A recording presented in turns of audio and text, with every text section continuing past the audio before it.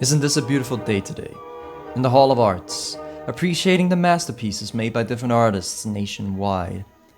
There are many things to uncover in these halls, but today I brought you here to tell the story of the famous painting Hammerhead's Triumph.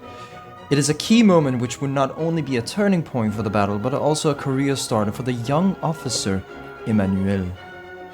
My name is Simon, and I will be guiding you in this story. To start, we will begin with a brief history lesson.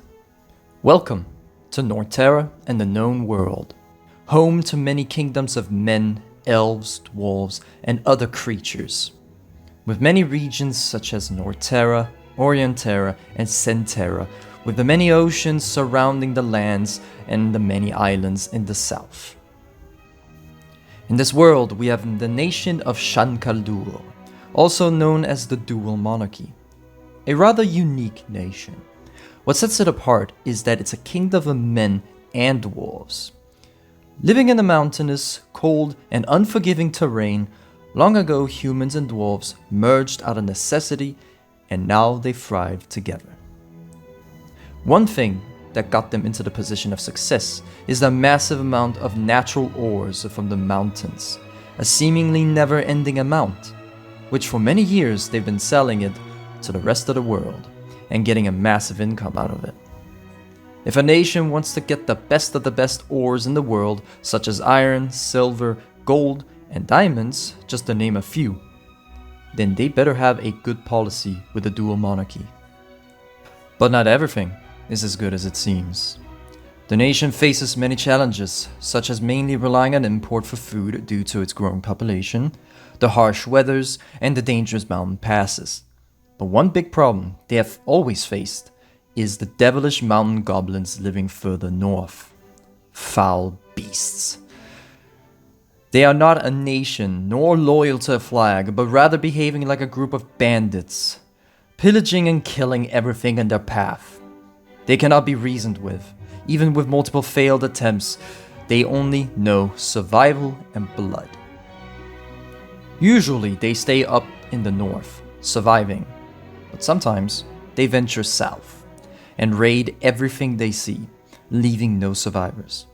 The dual monarchy has fought them many times, but this time around there are far too many of them. The monarchy is calling for help, and the Hellenic Union shall answer. The Hellenic Union is a nation not too far away from the dual monarchy, and in fact is one of their best trading partners.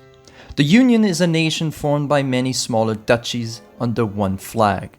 Many centuries ago, there used to be a big kingdom under one crown, which met an unfortunate end, and the kingdom collapsed, leaving it fractured with multiple duchies.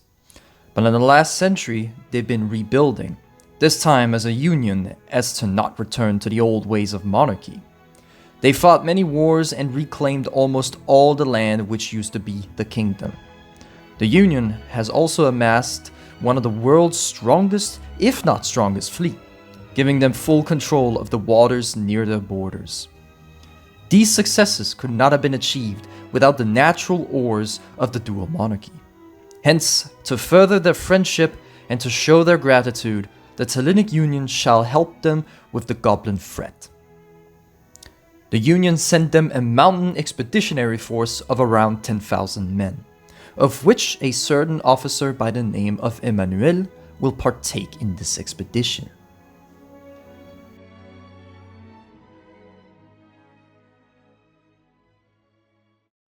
Now, with all the history out of the way, let's analyze this painting. The painting was made by a Union artist depicting the triumph of the coalition against the goblin horde. As the Union troops arrived, the monarchy's troops were already retreating from a previous encounter with the enemy, leaving the young officer Emmanuel to respond in confusion. We just arrived. The forces of the dual monarchy argued that they should retreat to regroup with fresh forces to push the horde back. But Emmanuel insisted that if they leave the strategic valley in enemy hands, it will be too costly recapturing it. Emmanuel and his troops will hold the valley and wait for reinforcements to arrive. The battle will be fought tooth and nail, since the goblins will show no mercy. The goblins have an extreme rage that builds up once they are in combat. Most sentient beings have a fight or flight instinct, but the mountain goblins' instincts are fight or die, no prisoners. Their glowing crimson red eyes symbolizes their thirst for blood. On the painting, we see some Union troops fighting off the horde with Emmanuel standing tall, reaffirming their stance on this ridge. The Union forces are battered, dirty, and bloody.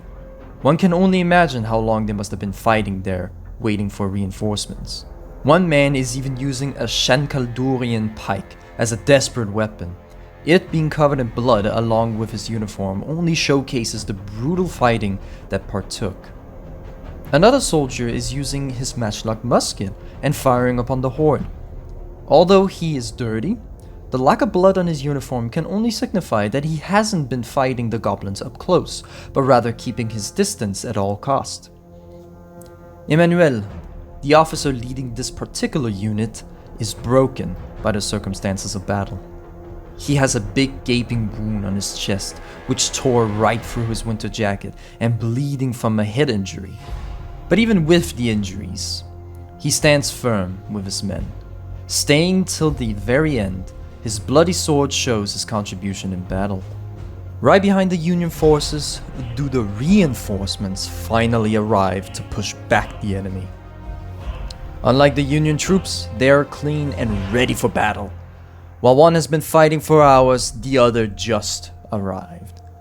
This turning point in the battle would almost annihilate the entire goblin force and push them back north. More battles would occur in the coming days, but eventually would push the goblins out of Shankaldur's borders, for now. Although this painting was simple, the artist's goal was to give a sense of pride and patriotism to the people of the Union, and also to highlight the bravery of their friends in the mountains abroad. In the aftermath of the battle, Officer Emmanuel and his unit was being praised by the locals and the kings of the dual monarchy for their bravery and commitment. Emmanuel gained personal praise by the dwarf king, giving him the nickname of Hammerhead. Resilient and first in battle like a dwarf's warhammer. Emmanuel would come home a hero, and his military career would truly start here. He will climb the ranks, fight future battles, and build his reputation.